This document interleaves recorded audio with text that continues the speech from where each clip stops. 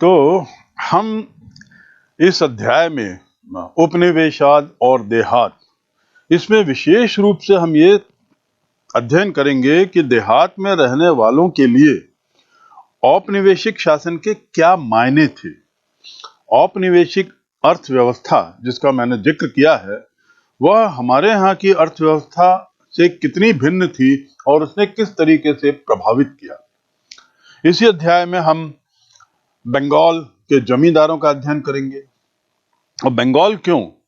क्योंकि जो ब्रिटिश शासन की जो सत्ता थी मूल रूप से वह बंगाल में केंद्रित थी, तो सबसे ज्यादा परिवर्तन वहीं आए, सबसे ज्यादा प्रभाव अंग्रेजी शासन का वहीं पड़ा। इसलिए हम बंगाल के जमींदारों का अध्ययन करेंगे। ऐसे ही राजमहल की पहाड़ियों में रहने वाली पहाड़ियां और संथाल लोगों का जीवन इस औपनिवेशिक अर्थव्यवस्था ने कैसे प्रभावित किया, ये भी हम जानेंगे। राजमहल यानी झारखंड के आसपास के क्षेत्र में है, तो वहां का भी हम ये जानने की कोशिश करेंगे कि ये जो जमींदारों के अलावा निम्न तबके के लोग थे, स्थानीय लोग थे, उनका जीवन कैसे प्रभावित हुआ। उसके बाद फिर हम पढ़ेंगे कि दक्कन में, जैसे हम दक्षिण भारत का हिस्सा कहते हैं दक्कन, उसका भी अध्ययन करेंगे और समझने की कोशिश करेंगे कि ईस्ट इंडिया कंपनी ने ग्रामीण क्षेत्रों में अपना शासन कैसे स्थापित किया। याद रखें कि ये कंपनी का शासन था, अंग्रेजों का शासन नहीं था। उस कंपनी में अंग्रेज लोग थे, पर अंग्रेजों के शासन का अर्थ होता है ब्रिटिश पार्लियामेंट, अंग्रेजों की संसद, अंग्रेजों की सरकार।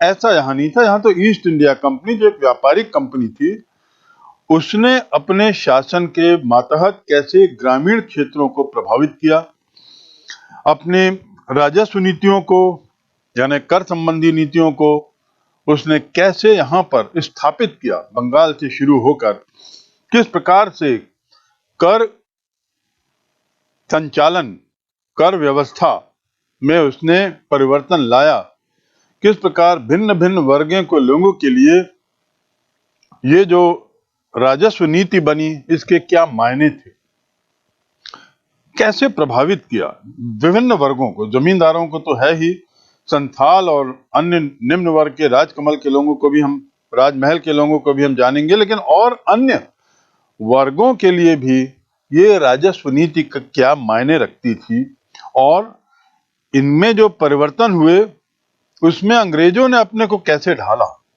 ये एक बहुत रोचक विषय है, रोचक बिंदु है। सरकारी अभिलेखों के अध्ययन के आधार पर हम ये भी पता लगाने की कोशिश करेंगे कि भारत में उपनिवेशवाद की स्थापना ने भारतीय ग्रामीण समाज को यानी पूरे तबके को किस प्रकार, पहली बात, और किन रूपों में प्रभावित किया। तो एक बहुत बृहद अध्ययन होगा। और जैसा पहले बताया गया, उपनिवेशवाद का मूल उद्देश्य ही होता है आर्थिक शोषण, आर्थिक संसाधनों का दोहन। तो सबसे ज्यादा प्रभावित ब्रिटिश सत्ता या ईस्ट इंडिया कंपनी के आने से आर्थिक क्षेत्रों में पड़ा। तो इस आर्थिक क्षेत्रों के क्या प्रभाव रहे, किन किन रूपों में प्रभाव रहे, इसे हम सरकारी अभिलेखों के अध्ययन के आधार पर ही जानेंगे, क्योंकि वही हमारे पास सबसे अहम सूत्र हैं। औपनिवेशिक अर्थव्यवस्था को समझने से पहले हम चलिए थोड़ा समझते हैं, कोशिश करते हैं कि उपनिवेश क्या है, उपनिवेशवाद का क्या अर्थ है, उपनिवेश किसे कहते हैं। जैसा कि शब्द से स्पष्ट है, उपनिवेश, इसमें एक समृद्ध राष्ट्र, एक शक्तिशाली राष्ट्र अपने विभिन्न हितों के साधने के लिए किसी निर्धन, निर्बल लेकिन संसाधन युक्त, संसाधनों से प्रचुर राष्ट्र के विभिन्न संसाधनों का शक्तिपूर्वक उपयोग करे और शक्तिपूर्वक उपयोग करने के लिए वो उसका दोहन करने के लिए उसको अपने कब्जे में ले, उसे उपनिवेशवाद कहते हैं। यदि हम इसको परिभाषा को हम गौर से देखें तो इसके कुछ तत्वों को समझने की कोशिश करें। पहला, ये एक सशक्त राष्ट्र द्वारा ही संभव है। सशक्त क्यों? क्योंकि यदि मुझे किसी अन्य देश पर कब्जा करना है तो निश्चित रूप से सैन्य दृष्टि से और अन्य रिसोर्सेज की दृष्टि से, अन्य स्रोतों की दृष्टि से मुझे मजबूत होना पड़ेगा। आर्थिक रूप से भी मजबूत होना पड़ेगा, क्योंकि कब्जा करने के लिए, कहीं जाने के लिए, कहीं हमला करने के लिए और उस पर अपना शासन बनाने के लिए प्रारंभ में काफ़ी खर्च करना पड़ता है। तो एक समृद्ध राष्ट्र होना जरूरी है। दूसरा, अपने खुद के हित के लिए होता है।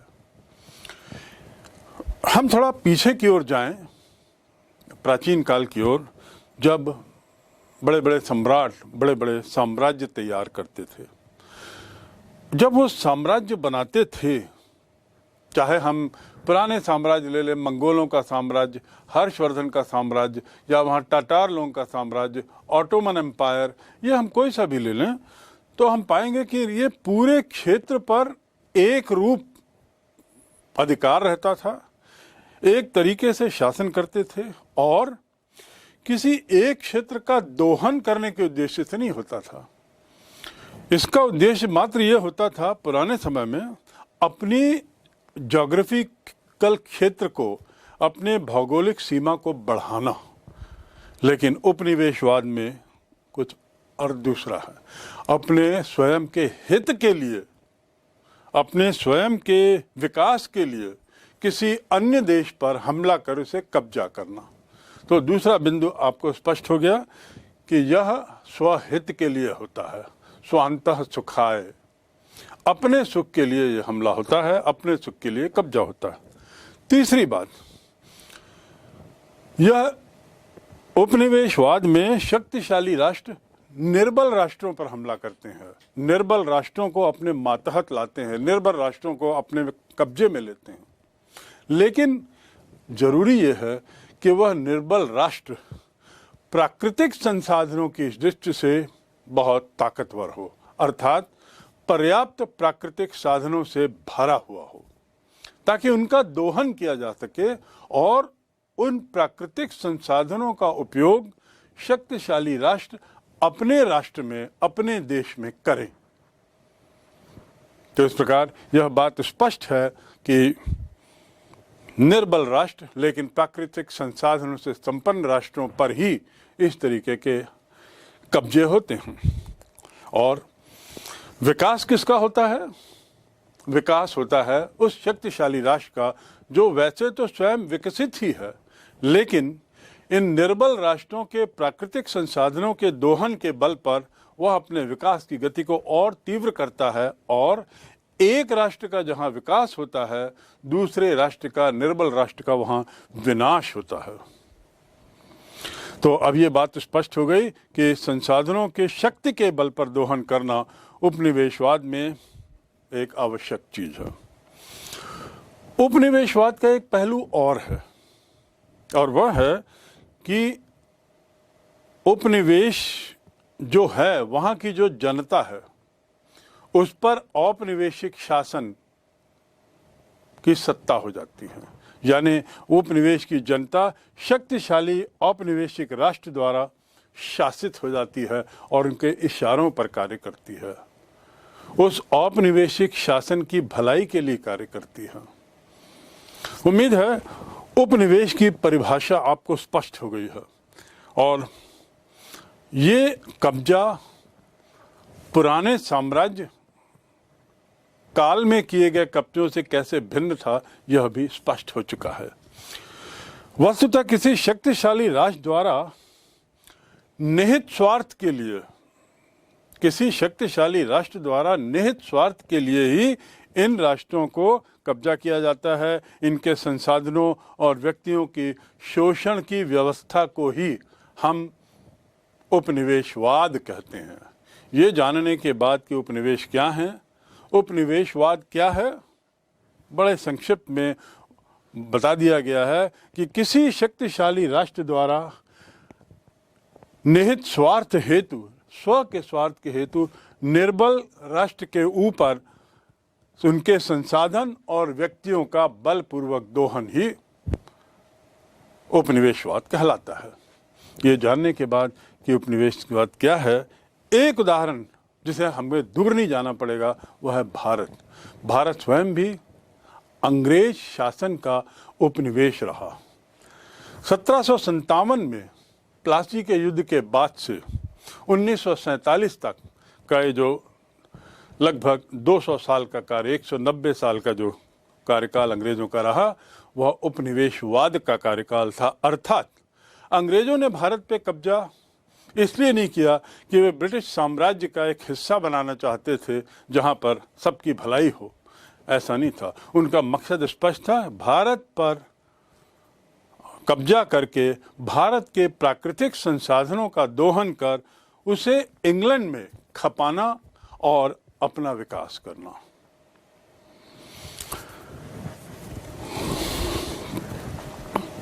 भारत में उपनिवेश की स्थापना क्यों?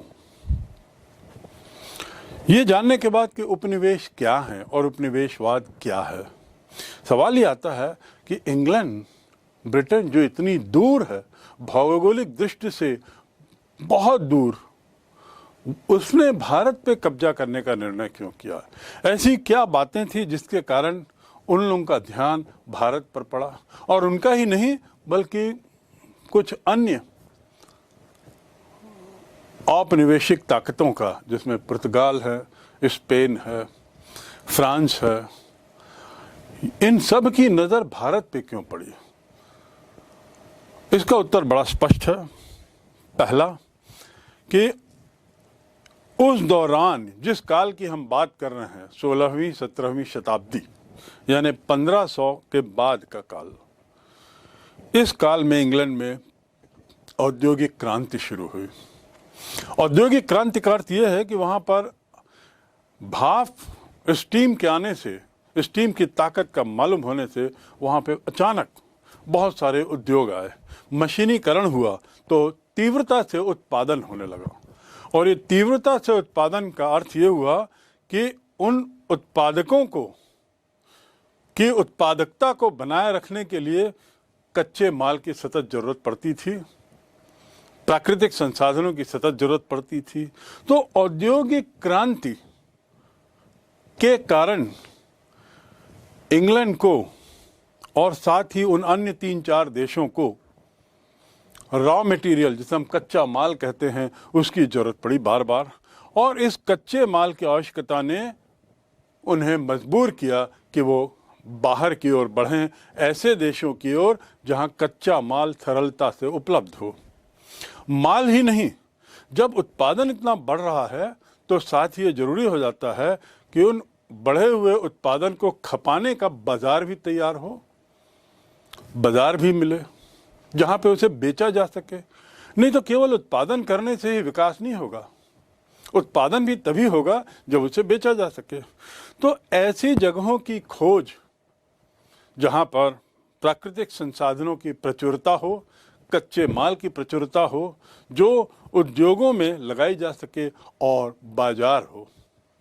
बाजार का अर्थ हाट बाजार नहीं, बाजार का अर्थ ऐसी मानव श्रृंखला जहाँ के लोग बहुत बड़े खरीदार निकलें, ऐसी भीड़ जहाँ पर माल को जल्दी से बेचा जा सके। ये दोनों चीज़ें भारत में थी, इसलिए भारत की ओर वो मुड़े। तो पहला कारण भारत में उपनिवेश की जरूरत क्यों, इसका पहला उत्तर इंग्लैंड में तत्कालीन औद्योगिक क्रांति। दूसरा, औपनिवेशिक शास्त्रों की और औपनिवेशिक शासकों की एक नीति बड़ी स्पष्ट थी कि व्यापार के साथ साथ वे अपने धर्म का भी प्रचार करें। वे बड़े धर्मांध थे इस मामले में कि ईसाई धर्म का प्रचार प्रसार हो और अन्य धर्मों के विस्तार को उस हद तक रोका जा सके। तो इस धार्मिक विस्तारवादी नीति ने भी इन देशों को ऐसे देशों की ओर मोड़ा जहां पर प्राकृतिक संसाधन भी मिल जाएं और जहां पर बाजार भी मिल जाए। भारत उनमें से एक देश था जहाँ पर इसकी काफ़ी गुंजाइश थी कि ईसाई धर्म का यहाँ सरलता से प्रचार प्रसार किया जा सके और अशिक्षित जनता धर्म के नाम पर कुछ भी करने को तैयार रहती है। उन्हें पता था कि भारत में ऐसी संख्या बहुत बड़ी है जिन्हें थोड़ी सी शिक्षा देकर हम उन्हें ईसाई बना सकते हैं। तो इस प्रकार दूसरा कारण हो सकता है, दूसरा कारण है कि ईसाई धर्म का प्रचार जो अपना वे परम कर्तव्य समझते थे, उसने भी, उसकी ज़रूरत ने भी इन्हें भारत की ओर मोड़ा। तीसरा कारण अब हम जानना चाहेंगे कि आखिर क्या है। तीसरा कारण जलवायु की भिन्नता। इस जलवायु की भिन्नता का परिणाम क्या था कि अंग्रेजों को बहुत सारे नए नए उत्पादों की जानकारी मिली। केवल जलवायु की भिन्नता के कारण ही जब वे दूसरे दूसरे देशों में गए, दूसरे दूसरे भौगोलिक क्षेत्रों में गए, तो नई नई चीज़ें उन्हें देखने को मिली, नए नए स्वाद मिले और जिसे उन्होंने बहुत पसंद किया। उदाहरण के लिए गरम मसाला, कॉफ़ी, चाय, चीनी, भट्टा और तंबाकू आदि। ये सब चीज़ें उनके यहाँ नहीं हो सकती थी क्योंकि इंग्लैंड का मौसम ही अलग था, लेकिन इन सब चीज़ों से वे वाकिफ़ हो चुके थे क्योंकि उन्होंने दुनिया घूमी थी। तो उनकी ये तीव्र इच्छा थी कि हम ऐसी जगहों को अपने साम्राज्य में शामिल करें जहाँ पे इनका उत्पादन अच्छे से हो सके, सरलता से हो सके, सुगमता से हो सके, और भारत उस दृष्टि से उन्हें बड़ा अच्छा लगा। तो इस प्रकार हम कह सकते हैं कि तीसरा कारण जलवायु की भिन्नता, जिसने अंग्रेज़ों को भारत को एक उपनिवेश बनाने के लिए प्रेरित किया और इस प्रकार भारत में उपनिवेश की स्थापना हुई।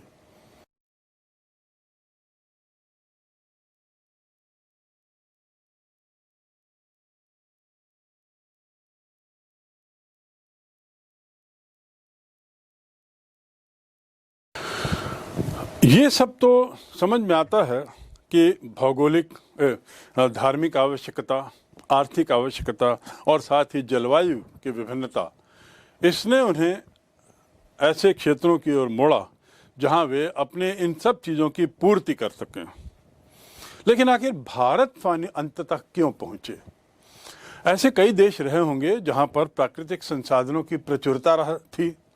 ऐसे कई अन्य देश होंगे जहां पर ईसाई धर्म का प्रचार प्रसार संभवतः और सरल था, और साथ ही ऐसे कई देश रहे होंगे जहां पर औद्योगिक क्रांति की आवश्यकताओं को पूरा किया जा सकता था। लेकिन अंग्रेजों ने पाया भारत एक ऐसा देश है जो पूर्व से ही अत्यधिक धनी है। उसका वैभव, उसका जो आर्थिक मजबूती, इसके किस्से कहानी यूरोपीय यात्रियों के द्वारा अंग्रेजों ने वैसे ही बहुत सुन लिए थे। और फिर जब उन्हें मालूम हुआ कि भारत एक वो जगह हो सकती है जहां हम अपनी आर्थिक आवश्यकता की पूर्ति कर सकते हैं, साथ ही हम अपने धार्मिक कर्तव्य को भी निभा सकते हैं और अपनी जो इच्छाएं हैं इन उत्पादकों के माध्यम से उसे भी पूरा कर सकते हैं। भारत इतना विशाल देश था उनकी नज़र में कि वहाँ पर ये सारी चीज़ों का उत्पादन बड़े आराम से हो सकता था। एक ही जगह पर इतनी सारी चीज़ों का, उनकी इच्छाओं का उत्पादन होना, ये उनके लिए बहुत महत्वपूर्ण था। तो चौथा कारण जिसके लिए वो भारत की ओर मुड़े, भारत को उपनिवेश बनाया, वह है यात्रियों के द्वारा समय समय पर भारत की यात्रा और उसका विवरण वर्णन वापस जाकर अपने क्षेत्रों में करना। उसने अंग्रेज़ों को भारत की ओर मोड़ने के लिए विवश किया। भारत का जो वैभव था, दूध की नदियाँ, सोने की चिड़िया, और इतने सारे जो यात्री आए थे मुग़ल काल में, बहुत सारे, अनेकों पुर्तगाली यात्री, स्पेन के यात्री, इंग्लैंड के यात्री, रूस के यात्री, जिनका जिक्र हम समय समय पर करते आए हैं और आपने भी पढ़ा होगा। इन लोगों के यात्रा वृत्तांतों ने, इतिवृत्तों ने अंग्रेज़ों को बहुत प्रेरित किया भारत आने के लिए। साथ ही भारत में जो तत्कालीन शासन था, मुग़ल शासन, इसके बारे में भी उन्होंने सुना ही था। और इसलिए भी उन्होंने सोचा कि यह उस समय की दशा को देखकर भी उन्होंने सोचा होगा कि भारत आना इस समय एक सर्वश्रेष्ठ अनुभव हो सकता है, और बाद में सही साबित हुआ।